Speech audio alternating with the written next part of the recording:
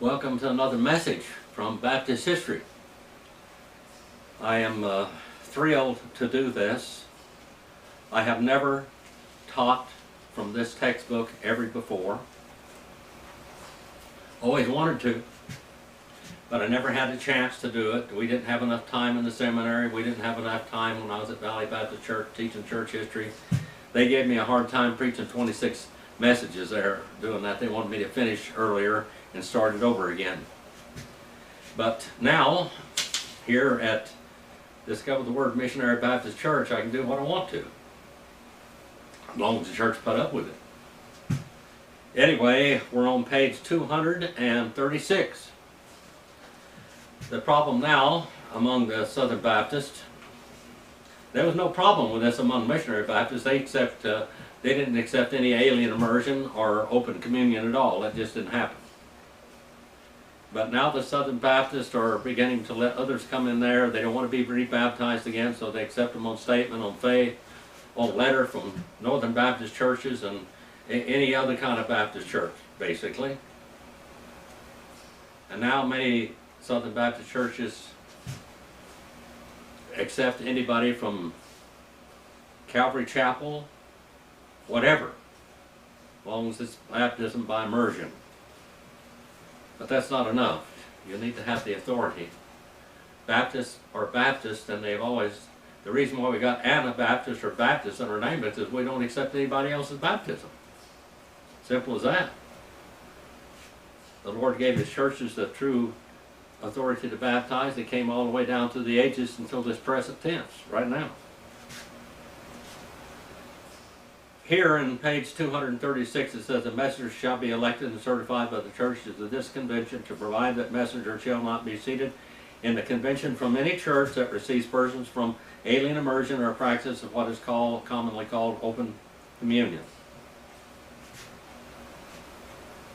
It says, Dr. Olick explained his interpretation of Article 3, Section 2, which points out that the purpose of the convention was to furnish means by which the Southern Baptist churches in their sovereign capacity could work together, would autonomically rule out any other Baptist at all. They're real Baptists. These are the real Baptists. They're not Northern Baptists. Northern Baptists cease being Baptist.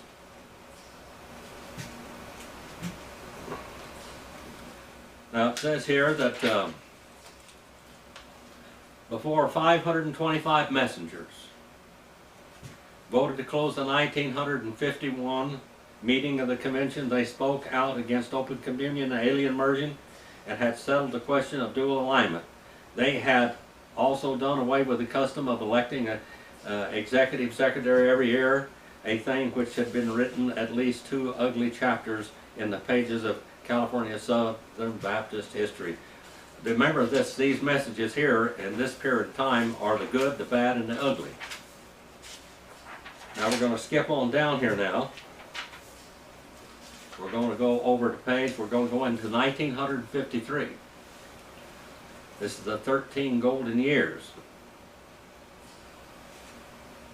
They were held in San Jose, First Presbyterian Church, but all other sessions were held at the city auditorium there.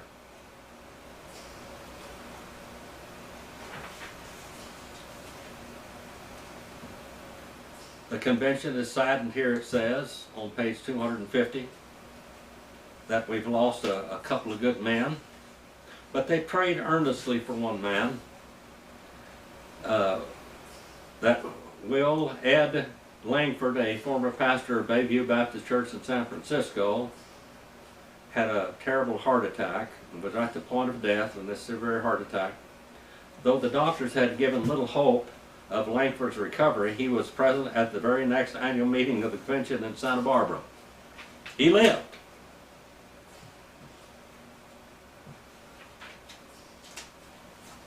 Now we have problems. Foreign mission speaks. A foreign missionary speaks. Following the report on missions, D.A. Dalby, the convention heard that the interest of Gerald Riddle, foreign missionary to Bogota, Colombia, South America. Riddle reminded the convention of the severe persecution Baptists had suffered in the hands of the Catholic Church. in Columbia. He referred to a priest-led mobs which had stoned church buildings and destroyed property and disrupted church services. And that was it then, right now. They also talked about church loans with building programs, that they had started that. They would guarantee 25% of all loans made by the corporation to California Southern Baptist churches. Now we come over here to page 257, the Baptist Hours. The Baptist Hour was a radio and television program. The program called for a report on radio and television work by a committee of which Will Ed Langford was chairman, but as previously stated, Langford was at the point of death in La Jolla Hospital, and Dale Huft, the California representative on the Radio Television Commission of the Southern Baptist Commission, was asked to give the report, and he did. And they had had problems with the Northern Baptists because the Northern Baptists did not want them to broadcast this because their people were listening to it and starting to go to Southern Baptist churches. The truth takes care of itself.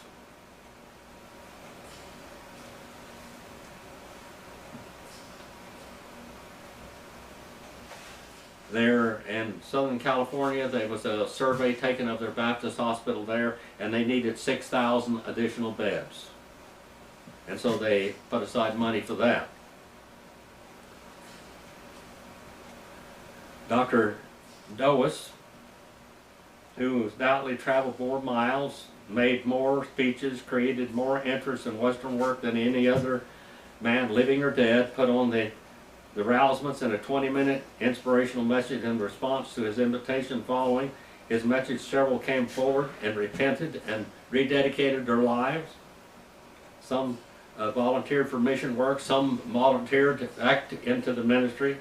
One brother came forward to say that he was ending 7 years of rebellion and was returning to the ministry.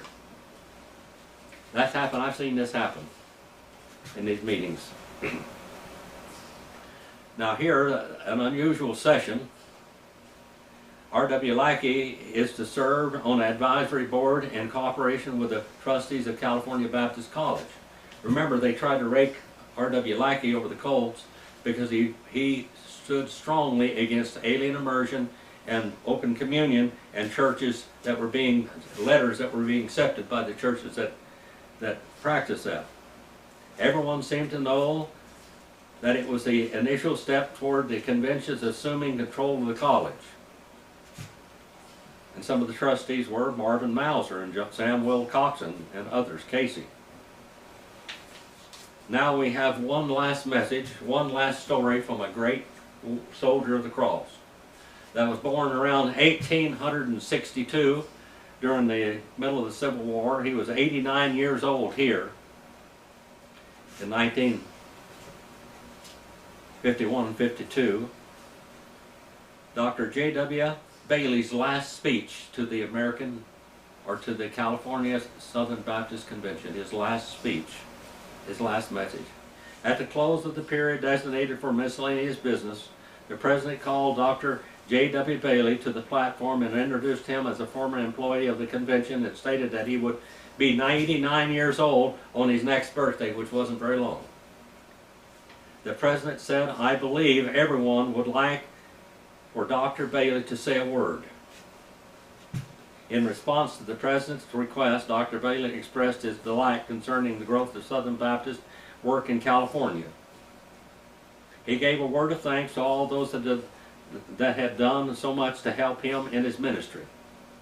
Among the Negroes, admonished them to preach the blessed old book, and then took his seat on the platform. A few months later, the old faithful soldier of the cross stood up to preach in a Negro Baptist church in Southern California, but his sermon was cut short because the death angel came to call him home. He was born in 1862 or 63. Records show the 1952 convention was composed of 579 messengers and 754 visitors registered. That was quite a story of the old man. the old soldier of the cross. I appreciated him, though, even though I was alive. I was very young at that time, but I wasn't in the work. Now on page 279, we have a little price set for the book that I'm holding in my hand right now. Remember, Doug Pointer gave this book to me as a present when I surrendered to preach. The board heard a report on the progress of the Historical Commission, which had charged with the preparation of a manuscript of the California Southern Baptist history. The commission reported that the art craft printers in Fresno had offered the most attractive bid of any publishers whose equipment would handle the job. The board awarded the printing contract to the art craft printers and set the price at $4 per copy. Now it's going to cost you more than 10 times, maybe 20 times that much. You could pre-order it by paying $3.50, say 50 cents a book. 13 glorious years, the laundry comes home clean. It's what they said. A victorious 13 years. The old superstition that the number 13 is an unlucky number proved to be false insofar as California and Southern Baptists were concerned. For instance, it was the 13th day of April 1939 when the San Joaquin Valley Missionary Baptist Association, California Missionary Baptist Association, remember that, was organized in Shafter by messengers from 4 small churches. It was on the 13th day of September 1940 when the messengers from 13 churches with a total membership of less than 1,000 organized the Southern Baptist General Convention of California, the San Joaquin Valley Missionary Baptist Association. And now they're going to, 1 year from now, there were 13 members of the Golden State Seminary's first graduating class and 13 students who showed up for the first day of the registration of California Baptist College in 1950. 13, 13, 13, all over the place. Now, this I want to read again, because this is what they thought of the California Baptist, Southern Baptist. The most educated Baptists in California at this time were the missionary Baptists, because they were coming out of Little Rock, Arkansas. And most of them was bachelor's, master's, and doctor's degrees. Even though they have been referred to as a bunch of ignorant Arkies, homesick Texans, misplaced Missourians, wandering Okies, California Southern Baptists had demonstrated their ability to build a great denomination in a state where some other Baptists were stymied by comedy agreements and plagued by the doctrinal compromises. Though this statement has not been documented, it has been said that California Southern Baptists had a larger percentage of college and seminary graduates, especially from the missionary Baptists, in their pulpits than it is to be found in any state in the Southern Baptist Convention. These pastors have baptized more than 36,000 converts in the convention and organized, which was organized 13 years ago. R.W. Lackey, that is, the executive secretary, took California's petition to the meeting of the Southern Baptist Convention in Birmingham, Alabama in 1941. He reported that 16 churches had channeled $76 of cooperative program funds to the Southern Baptist Convention Executive Committee during the previous year.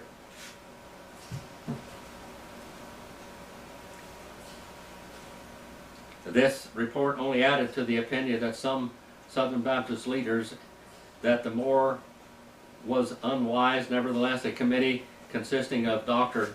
A.J. Barton, chairman, John Jeter Hurt, Dr. M.E. Dodd, and Dr. J.B. Rounds was appointed and instructed to investigate the Southern Baptist work in California and report to the convention in San Antonio a year hence. It soon became known that some of the members of the committee did not look with favor upon the petition from the beginning. They thought the California Southern Baptists were too liberal. The chief among the objectors was Dr. M.E. Dodd, pastor of First Baptist Church, Freeport, Louisiana, and one-time pastor of Temple Baptist Church in northern in Los Angeles. A few weeks later, the convention meeting, Executive Secretary Lackey, upon learning that Dr. Dodd was in Southern California supplying for Northern Baptist Church, invited him to come to the summer assembly at Greenhorn Mountain in order to get an on-the-spot look at the work in California Southern Baptist. Dr. Dodd replied by saying that it would not be advisable for him to accept the invitation. As the year rolled, Dr. J.B. Rounds was the only member of the committee who ever made an effort to comply with the convention's request. Now we go down on page 284. Dr. Dodd charged Lackey and the California messengers with using Hitler tactics and storming the convention, and Lackey in his counterattack said that he had never been charged as being a Hitlerite, and that he and others could not work with the Northern Baptists in California because of their allocation of territory in agreement with a comity agreement with the Federal Council of Churches, which they didn't want to be part of, which they never have been. Their ordination of women to preach, their belief in invisible church, the discretion of the ordinances. After 2.5-hour debate, the messengers voted overwhelmingly to welcome California Southern Baptists into their fellowship, and that was all to do with Lackey. Lackey was a sound Baptist.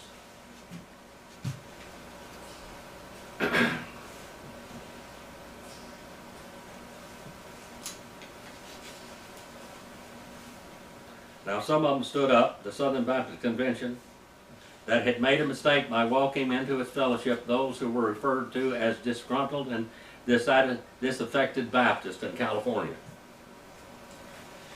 As late as 1947, a delegation headed by Dr. E.T. Dahlberg, at the time president of the Northern Baptist Convention, came before the Southern Baptist Convention Executive Committee requesting that a comity committee be appointed to meet with other similar boundary lines. The committee was appointed, and the result is that the Southern Baptists forcefully declared they would not recognize any boundary lines. They're not Northern Baptists, they're not Methodists, they're not Catholics. It was dismissed until the Houston Convention in 1953. On page 286 now, the following adoption of inclusion policy of the Northern Baptist Convention meeting in Seattle in 1918. Some Baptist churches in California and more in Oregon and Washington ceased to cooperate with the Northern Baptist Convention. They soon became prey to landmark movement, and some of them drifting into the fundamentalist and independent groups and camps. At the same time, tens of thousands of Baptists came west, where they found little or no evangelistic fervor in many of the Baptist churches. Therefore, they drifted into various holiness movements. That's Amy McPherson, remember? Mm-hmm. And a lot of these, Amy McPherson, A.A. Allen, Oral Roberts, and a lot of these, and I've been in almost every one of the camp meetings with these people. When I was young, they took me there. Some of the holiness groups bought study books from the Baptist Sunday School Board and inaugurated a Southern Baptist plan of Sunday school work in their churches. For instance, they took Arthur Flake's methods of Sunday school work and P.E. Burrell's teachings and stewardship and mixed them with holiness enthusiasm and applied them and misplaced them and dissatisfied Baptists and set the whole country on fire. And meanwhile, there were many Baptists who wouldn't go along with the holiness movements, of course. Among them were the strong advocates of Ben M. Bogart type of Arkansas landmarkism. Thousands of others were just good salt-of-the-earth Baptist people who would have welcomed any opportunity to worship and propagate the gospel. The result was that some of the old established churches, along with some new ones, were organized in the late 20s and the 30s, get together and organize what came to be known as the California Missionary Baptist Association at Roseville in 1931. The California Missionary Baptist Association, missionary and Southern Baptists were the same folk, people. In the years that followed, some of the preachers and laymen cooperated with organizations who had never left Landmark in belief or practice, but they were so hungry for fellowship and had such a desire to cooperate with others in spreading the gospel, they tried to work with the Landmarks. At the same time, there were probably 20 churches in Oregon and Washington which were cooperating with similar organizations. Some of the men who tried to work with the Landmarks were since become strong supporters of the convention and have led their churches to support missions and increasing generosity. For instance, Bester Wolber, who was the convention's first recording secretary and was ordained by a Landmark church in Orville. Roy Young, who is now a general missionary, was ordained by a Landmark church in Roseville.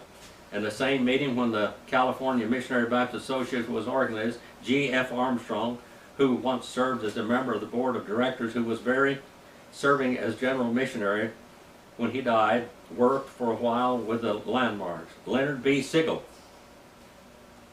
who has for years been one of the convention's most effective missionaries, worked with the Landmarks in Oregon. Cecil B. Brown, pastor of the First Southern Baptist Church in Southgate, served as pastor of the First Baptist Church in Klamath Falls, Oregon, while it was affiliated with the Landmark movement.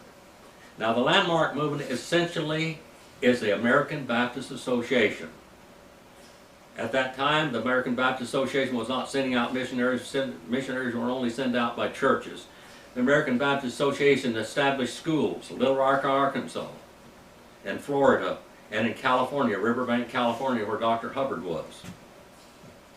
He too served as a missionary for the Southern Baptist forces in Washington, and Silas Hill, who made the motion of San Joaquin Valley Missionary Baptist Association to adjourn long enough to consider the propriety of organizing a state convention, was only a year or two before a missionary for the Landmarks. Alonzo Yancey, one-time pastor of the First Baptist Church in Bell Gardens, and a member of a board of directors and other state conventions during the year after organized, was previously lined up with the Landmarks. J.E. Hill, who organized what is known as the Allen Avenue Baptist Church in Ontario, was listed in the Landmark Directory in 1936. The Landmarks were the strongest Baptists that stood against open communion and alien immersion, and they did not believe that conventions could send out missionaries. But the conventions and associations are so closely related, forget it. That's nonsense. H.A. Garner, a former pastor in Vallejo, was among the number. 1921, a young preacher by the name of John W. Watson came from the First Southern Baptist Church in Phoenix, Arizona, to become pastor of the Baptist Church in Gloria Gardens.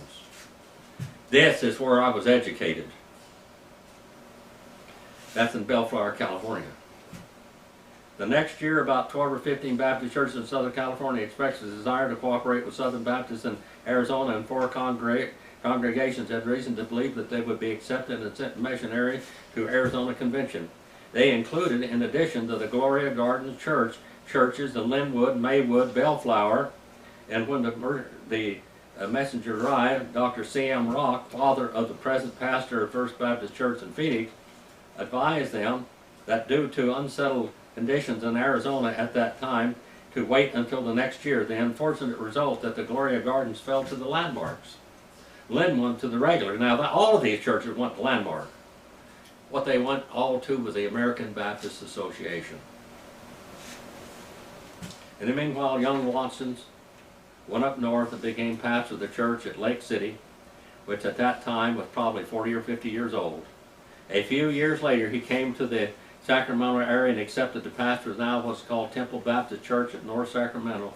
For a while, it affiliated with the Landmarks, and John's name was listed among their preachers. Many of these good men, along with consecrated laymen and women, put a world of work and energy and money into the efforts to propagate the gospel during those difficult times when there was no organized Southern Baptist work in the state. There was organized missionary Baptist work. Some of them worked hard to build churches, only to find that some Landmark overlord held the title to the property and could put them out if they suggested any methods which displaced them. That happened in Modesto, Orville, and North Sacramento, and other places in the state. In every case, however, the progressive element of Baptists moved out, built a new building, and left the Landmarks to dry up and blow away. That isn't really exactly the way it happened. always. The Southern Baptists always said the missionary Baptists would never come to anything they were never amounted to anything. They kept the gospel pure up until this day. Now, I don't agree with all the things that all those churches do either. They're hyper church discipline so many times. Drive people crazy. One by one, these preachers who come in full fellowship with the Southern Baptist movement, in a few cases they move slowly in order to bring their congregations with them. The orderly transfer is nothing short of modern miracle. No, they didn't steal any churches from the landmark. They simply took the missionary-minded, cooperating Baptists and went there where they could do something constructive for the cause of Christ.